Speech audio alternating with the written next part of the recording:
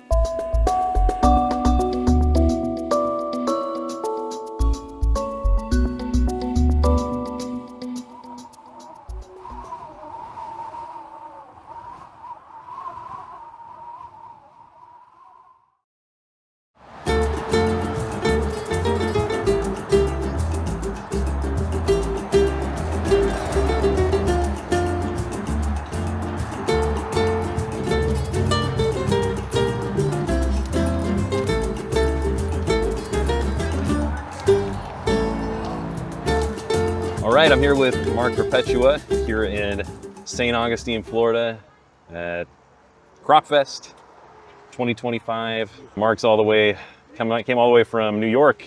Upstate New York, 2 hours north of New York City. So we're not real upstate, but anybody outside of New York City is called upstate. That's right, all right. What brings you to Crocfest? Crocodiles. Yeah. Just like everybody else, I've had a passion with reptiles since I was a kid. And I think maybe my interest in the movie Jaws in the 70s just led me to what better reptile to have or be interested in than crocodilians. So tell me a little bit about your background working with crocs. My background began with crocs when I was about 19. Actually, I got a caiman, spectacled caiman, from a classmate in college. It was illegal at the time back in New York. It still is. Long story short, that one ended up getting loose. It got found. It made a lot of publicity. I never got caught with it, but then I ended up going the legal route, getting my license. And by 19, I had an American alligator. And since then, we've had as many as 9 or 10 at any one time in the collection. I've been donating to Crocfest now for about 3 years. In addition to playing with reptiles, I guess when I was a real young kid and I couldn't have certain animals, I drew them. Okay. So all of a sudden, art came back to me, and I started drawing more. And it was actually a good friend of mine who runs a reptile rescue who said, your artwork's good enough. Why don't you donate a piece and see what they say? And here we are ever since. I've been donating for at least 6 festivals. And I got to do the T-shirt last year for the Tampa event for the Crocs of Cuba. Trying to build a bigger presence with my education work with crocodilians. And I started a YouTube channel too, so. What's your YouTube channel? It's called Croc Chat. That's why I'm wearing a shirt today. Nice. Very nice. A little advertising in the right place. I don't know if this is the right place. You probably are even bigger than mine. So. No, it's a lot of fun. I don't know about that. We're still growing now. Yeah, the growing takes a while. So you're the second wildlife artist I've had on here, because I just interviewed David Kirshner in Australia. So, and I think I saw the piece that you donated earlier was impressive. It was Gharials, right? This year I brought, hold on, I got to do the count in my head, I think 5 pieces. Oh, wow, okay. Because I was mostly somebody who liked to sketch as a kid, I never got involved with coloring in a fancy way, but I learned to do color on a digital art pad. The only problem with digital art pads is there's no such thing as an original because everything's electronic. So everything that I produce in color is a print. Yeah.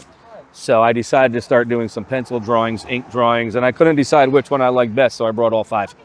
Nice. 2 pencil drawings, 2 digital, and 1 is an ink. Hey, look, Greg LaPera just showed up. This is the fun thing, my original idea was I'll just set up here and just leave everything rolling and just bring people in as they walk in. Mm-hmm. But then nobody was showing up, so it was just... Yeah, one thing I noticed that out of the Crocfest that I made is it's sporadic. Yeah. You get here too early and what do? end up helping them put the sign up, and, which is a good thing. Yeah, That's a good thing. But yeah, I mean, I already saw my way around the zoo, and not like I haven't seen it before, but I'm still always excited because you never know what Maximo is going to be doing on any given day. Caught him yawning today, but I was on the phone and didn't get it captured on film. So tell me about Croc Chat. Croc Chat, it just started in February of this year, 2025, so it's really new. You can see by my gray hair, while I'll pretend to have been around a while playing with reptiles live, I was never a technology guy, always kind of afraid of it. You know, I was a kid before computers were in the household. I was a kid before we had cell phones in our pockets. Yeah. So I was always reluctant to learn the camera work, the digital or the software to do the editing. But now everything is user-friendly. So I finally decided to give it a shot, and it's doing okay. I'm having fun with it. Yeah, it is a lot of fun. It is tedious also. I'm sure you've been figuring out the editing and everything. It is, but you know, I keep it pretty simple. I keep them less than 10 minutes, but I've added some podcast episodes. The general episodes do better. It might just be because of my audience, where people want to learn more about the animal and see the animal. But I've done some podcasts. Joe Wazalewski, who'll be here today. Mike Lorette, who does the Crocs down in Turkey Point, was the last one I did. Thanks. But yeah, I have a bunch of others scheduled of big names on social media and in the Croc community. So we'll see how that goes as we cruise along. So we're here for conservation, gharial conservation work. So let's get a little philosophical. Okay. Is there still hope? I think there is, because we do see growth in some populations. Unfortunately, I think the problem is, what are the goals of an individual country? What is their economic status in terms of, do they care more about daily survival? Yeah. Or are they worried about wildlife? So I kind of get it, being a human being and protecting my family. A lot of the old timers, at least, are big into sustainable use, which I kind of come from too. Studying ecology, it's about a population. We're worried about a gharial population, not an individual. Yeah. And when they're extremely endangered, every individual is important. But when you get to a population like the American alligator bounce back, and now it's harvestable, if you can put an economic value on it, then hopefully people will see another reason to save it. Yeah. Because if it's not hunted by a human, it might be eaten by a larger croc. It might be taken out by another type of predator when it's young. So there's always going to be loss in a population. We can't sustain every individual in a carrying capacity. Yeah. One of the things that I hear from a lot of other, old timers, as you mentioned, is that we've already lost. There's a lot of just, it's almost like giving up. And I think some people are just towards the end of their career and they're just like, yeah, I didn't achieve. Well, I think my biggest problem would be that I'm not in the field every day. I'm a New Yorker who loves crocodilians. I live in the wrong part of the world for that, except for working with them in captivity. But, at least I've seen a little bit of hope. The American population of crocodiles is making a bounce back, to the point that people from Florida think they're invasive. They don't realize they're supposed to be American crocodiles all the way up both coasts to Tampa or Port Canaveral. So that's kind of crazy. But we saw it with the alligators. So I guess I still have a little bit of hope, but maybe if you're not in the field and you don't see it every day. Yeah. All right. Do you have anything else you want to promote or anything? No, that's it. I mean, the reason I'm still stuck in New York with a huge interest in crocodilians is I'm also a high school science teacher, biology and animal science, but I will be retiring at the end of the school year. So June 26th is my last day teaching, and then hopefully we'll be able to move it into a second career, and then I can be more involved in the field, or at least conservation efforts. And that's what my goal is, by helping out Crocfest, getting my name out there with the YouTube channel, try to be able to do something in retirement where I got a good pension, so most of what I can do will be helpful, not necessarily just to make a living and pay my bills. Yeah. And June 27th, you're moving to Florida, right? So. That's my plan. My wife doesn't like that idea because she says 28 years of a house, plus where am I going to do with all my animals? I don't plan on bringing my reptile collection. It's probably at 40, and 7 are currently crocodilians, but people are still getting them as pets. I think part of the education that we do with them makes them look like puppy dogs at times, But people don't realize that even a dwarf caiman at 5 feet long requires a lot of room and can give a painful bite if you don't have a lot of time to work with it and it doesn't tame down. And so New York State, they're illegal. But anyway, I got to go back and pick up on Tuesday when I return two that were confiscated. A dwarf caiman, the smooth front, the trigonotus, and a small Moralett's crocodile that somebody had illegal just out of New York City. What are you doing in New York City? Like, just keep it in an apartment? I don't know. I got an alligator last November, a young gator under 30 inches. That when I picked it up, they told me the owner hid it in a dresser drawer because he didn't want to get in trouble. So instead of admitting he had it and turning it over right away and accepting the punishment, he tried to hide it. And I don't know if it was just to keep the animal or just to keep from getting in trouble. Wow. So people do strange things, and that's the only problem with the world of reptiles. Yes. We have both ends, from science to people who just think they're too cool to have. I mean, I think a lot of us have, maybe kept things that we shouldn't have kept, but, then you learn from it. In the long run, I live in New York without a lot of room. So, I mean, What are my goals, especially if I'm using them in hands-on lectures? I get a gator over 6 feet. He gets heavy. I'm getting older. Yeah. It's not the same as it was when I was 20. So I can't keep him forever either. All right. Well, Mark. Well, I thank you. Thanks for stopping by. Nope. Appreciate it. Yeah. Good luck today. Thank you. Thank you.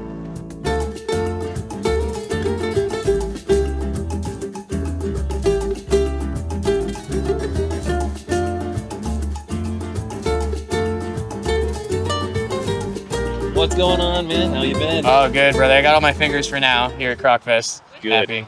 Yeah. I just still got them.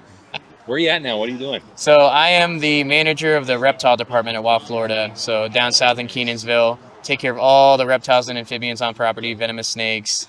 And I manage the team side of that. And we do all the shows there too. So we stay very busy. You've been there for a while now. Yeah, I started there in 2019. I left at the end of 2020. I went down south to Jupiter, and then I came back up to Wild Florida in 2021. So I kind of been up and down, but yeah, it's been back since 2021, so it's been a while. So who else is on the team now?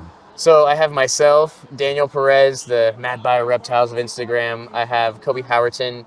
He's been there a long, long time, man, and he's triple threat because he's worked on Croc Squad, my department, reptile department. He's worked in the mammal department of animal care and the hoof stock department on the safari itself. Then we also have Brian, and we have Nick, and we have Jacob, which we had. Those are the two newer hires. We got Jacob and Brian, but they're learning, and it's really cool to see people have these experiences for the first time with animals that you and I have been around for a long time. So it's cool to see that for sure. Very cool. Yes. Sure. And Max, I can't forget Max. Maximus. Forgot what I was about to ask you. Are you fine, brother? This is the problem with these things, is because I'm totally disorganized, and I feel like it's better than trying to have. When you make a plan, it never goes right. Versus just like flowing, it's more natural that way. I feel like. And you can't be as disappointed because it didn't go the way that you planned on it going. What species are you working with down there, crocodilian-wise and otherwise? We have a lot. So on display, if you're walking the main park, like the walkthrough park, the first crocodilian you'll see is a giant smooth-fronted caiman from Dallas World Aquarium in Texas.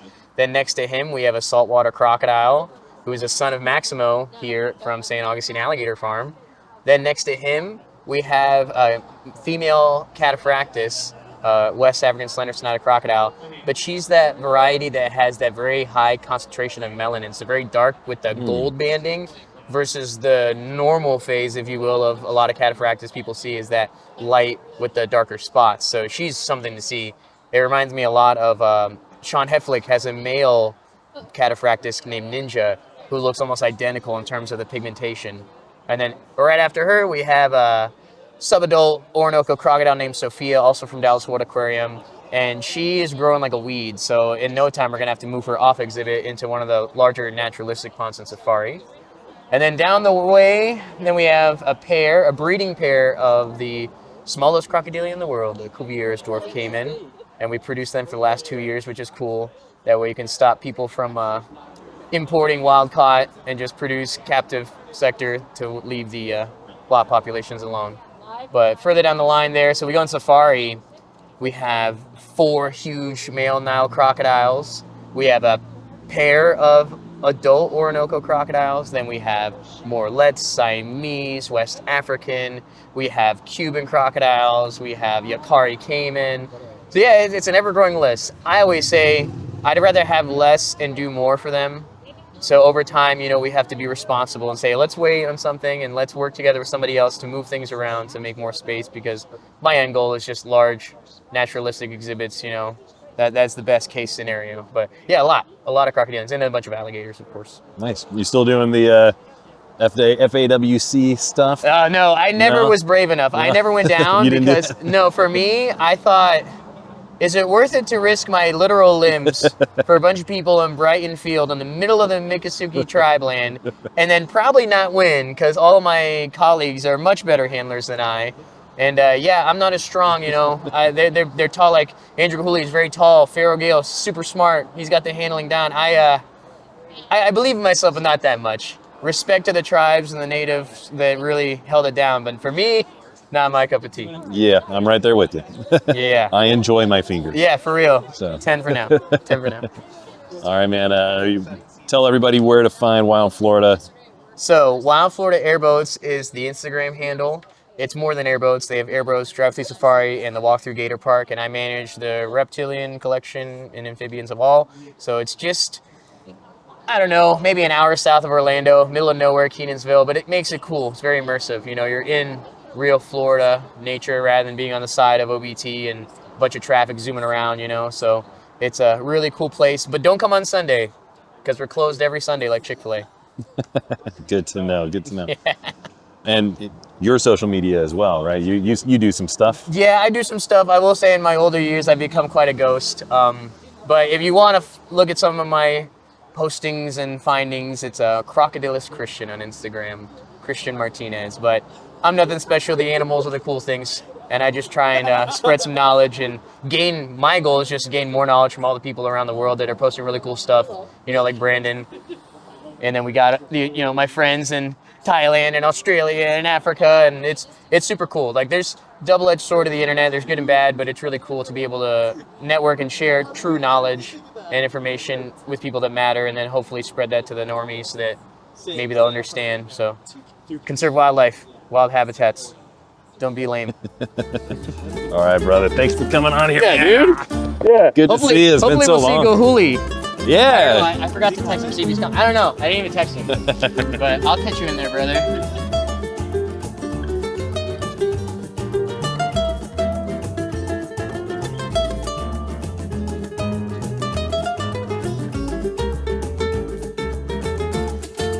Here with John Brueggen, the director of the St. Augustine Alligator Farm. Yes, sir. Thanks for hosting Crocfest again. Yeah, we're excited. And it's much better weather than the last time we did it. I wasn't here the last time.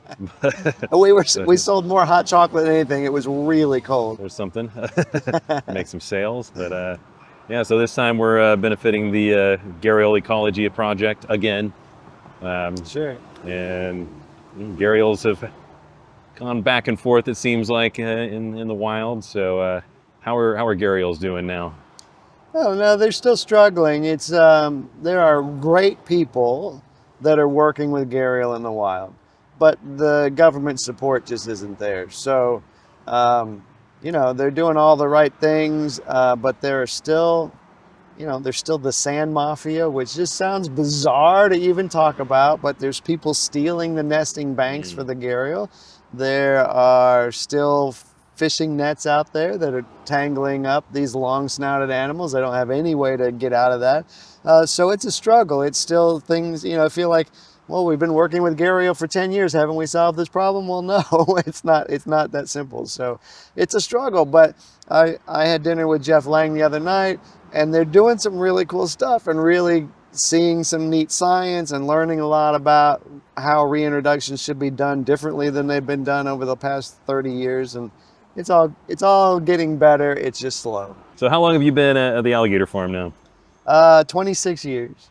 Wow, very nice. Can you tell me a little bit about the park? What makes it special? What makes St. Augustine Alligator Farm unique? Well, it's, in 1993 was our 100-year anniversary. So we've been around a long time. And that was the first year we could say we had every species of crocodile on the planet. And so we built what we call land of crocodiles, and that at the time could display them all.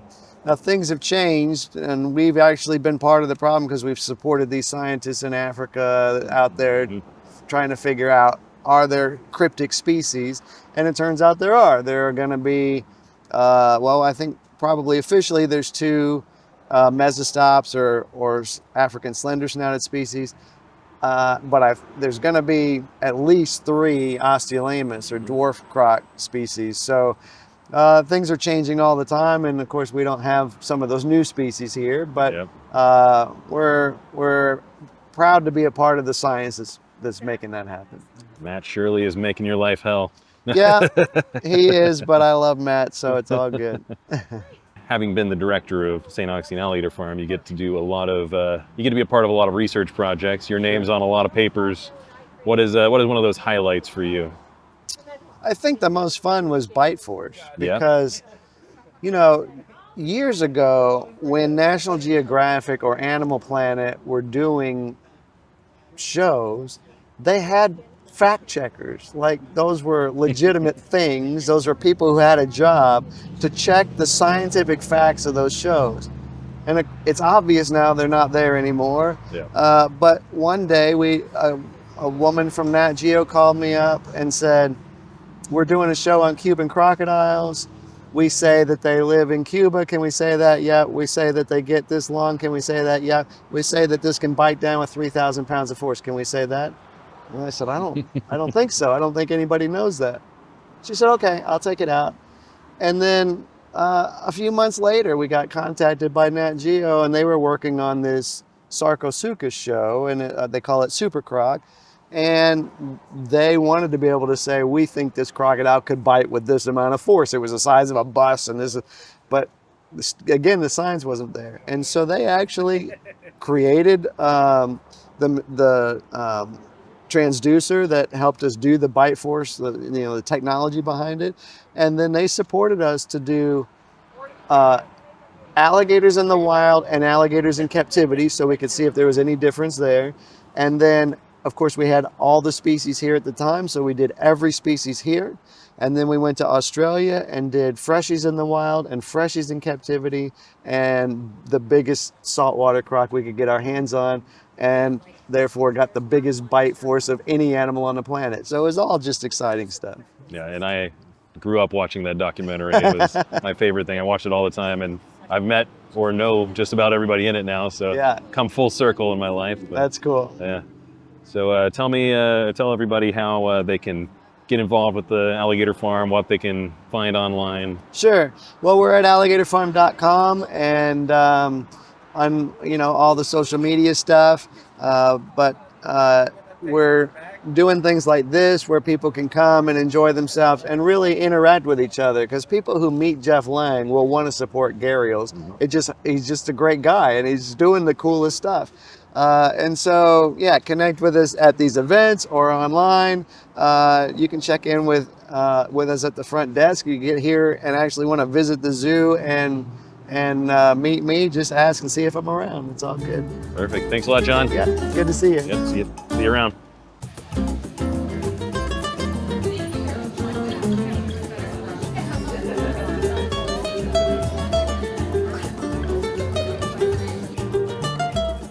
How's it going, man? Going good, going good. Here with Daniel, who is Mad Bio Reptiles. Yes, sir. On all the social medias. So you're at Wild Florida nowadays, right? Yeah, so I'm at Wild Florida. Started at Gatorland at first, did 2 years there, and I've been at Wild Florida now for about 5 years. I also did my 2 years at Gatorland. Oh, very nice. Yeah, Very nice. 2013 to 15. There you go, Yeah. there you go. That's where everybody starts in these areas. Well, I mean, it wasn't really my start, but it was my Florida start. So Yeah, there you go. Had to get in. Got to get in Florida. But, Yeah, and then way I to left go. Florida. So, but man, tell me about what you do down there. You work with the big crocs, do lots of training. Yeah, so I work at Wild Florida. It's very free for us, which is something that we love. A lot of zoos are very different. Some zoos have a lot of rules, have a lot less. A lot of them don't trust as much the keepers, because the keepers change all the time. But my team stays very, very similar all the time. So we're able to do a lot of different things that most people will find a little bit more dangerous, which it is. So we work hands-on. We do tons of training. So we don't do wrestling or anything like that, but we do train crocodilians to show people how these animals behave. Some of the training that we do is teaching them their names, desensitization. Sometimes the training is just exercising the animals, getting them to jump, even chase us around. It's all part of taking care of the animals. So we're here at Crocfest to raise money for the gharial. The best crocodilian, Well, best crocodilian. I'm not going to jump in there with that. I feel guilty. There's too many other good ones. So, how many have you've been to Crocfest before? Yeah. Yeah. A bunch of cool people here. I already chatted with Christian. He was my boy from back in my Gatorland days. Oh, you guys work together? Yeah. Oh, very nice. I was in animal care. He was in entertainment. So, Very nice. yeah, a little different, but it's one of those things. I thought I was going to get to work with big crocs when I moved down there to work in animal care, and then I ended up with all these mammals and birds and stuff. But I'm not bitter. Yeah, it's fine. I love everything, honestly. Yeah. They're all cool, but they're not crocs. I love them all. I got a lemur tattooed, spectacled caiman tattooed. Nice. I love mammals and crocodilians. For me, reptiles just seem to be the easiest. I mean, it depends on what we're talking about. There's, I always think about with like medical issues. Oh, yeah, I don't think that's- they're easy. I think Yeah. that's because they don't give us the signs that mammals Yeah, and birds that, do. in that aspect, yeah. Yeah. For me, it's like taking care of them is easy. They don't need as much attention. Like they take care of their attention. own. Yeah. Attention they don't need a lot of, but Like- they need a lot of special considerations Yes. that you don't need for, endothermic animals Yeah, especially. So, yeah. Like they need Yeah. heating and all that. But when it comes to care, you feed them and they take care of themselves. Ultraviolet considerations, Yeah. there's a lot of stuff. I'm just trying to defend all the reptile keepers that are going to be like, whatever. No. I mean, it's a job in itself. But like I feel like mammals, like they get mentally a lot more messed up Yeah. if you don't take care of them correctly. Where a crocodilian, like they have other ones and the enclosure is big enough and you have all the heating right and the food right, they are going to do just fine. That's fair. Yeah. And that's how I feel about them. Yeah. Yeah, but there's definitely crocodilians are, if you have the space, they're not that difficult. Yeah. And other than the fact that they can kill you as well. Yeah. That's Right. that part that we have to add that part in there. Yes. Because they can be very, very dangerous. But once you learn them and you don't become too comfortable, because that's one thing that I have to remind myself. Once you become too comfortable, that's when people get hurt. Yeah. So not to become too comfortable. They're not that crazy. I feel like they're perfect in that way. Yeah. They can just survive almost anything. Yeah.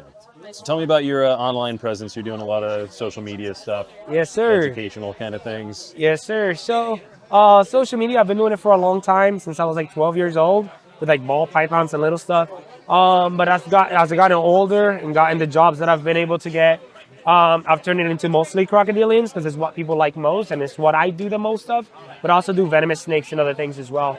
And I'm just trying to lead social media to a place where it's more for conservation and for education than it is for being a zookeeper or going for zoos, if that makes sense. I'm using it as a huge stepping stone to be able to move forward into my next chapter in my career. So like right now, the zookeeping field does not pay a lot. No, it does not. It does not pay a lot at all. But I've used my social media to make up for that gap, right, when it comes to economics. So I was able to open that gap, make some more money, teach people, and now I'm going to fund different things that I want to do for conservation and different things that I want to do for myself as well, like traveling. Like, I want to see all the crocodilians in the wild. Yeah. There's nothing like it. Like, I've worked with many, but nothing like seeing them in the wild. Yeah. Like, we were just talking earlier, Moralett's crocodile, not my favorite species. Still cool. Yeah, it's still a croc, Yeah. but not my favorite species. I don't get really excited when I see them. When I saw them in Mexico, my heart wanted to just beat out of my chest. Yeah. It was a whole different feeling. And ever since now, I just want to see everything in the wild. I want to see everything like through conservation, actual conservation, not just talking about it, which is like what most people do. What I do right now is talk a lot of conservation and not much of it done. Like places like this, like Crocfest, gives me a open window to it. But this is like once or twice a year. Yeah. So I would like to do more of it, if that makes sense. That's what I want my social media to lead. Do you want to go ahead and pitch everything? Tell everybody where to find you. So it is Mad Bio Reptiles everywhere. Instagram, TikTok, YouTube, literally everywhere. Perfect. I'll put it all in the description too. So perfect. Thanks a lot, man. Nice having you. Thank you. Have a good one.